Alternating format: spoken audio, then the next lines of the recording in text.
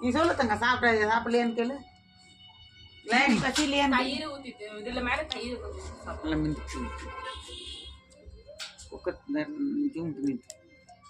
அப்படி நோண்டாத அதுக்கு டென்ஷன் ஆயிடும். கவினுங்களா என்ன பண்றீங்க அம்மு? கிளாடி சாப்பிட சொல்லுங்க.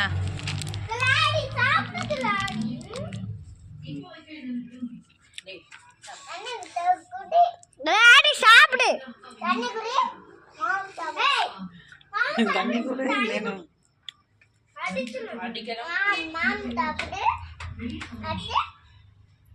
ఇంకో మురళి పండుటి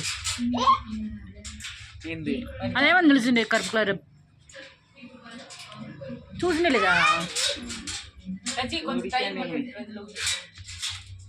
ఇవన్నీ మాట్లాడినారా?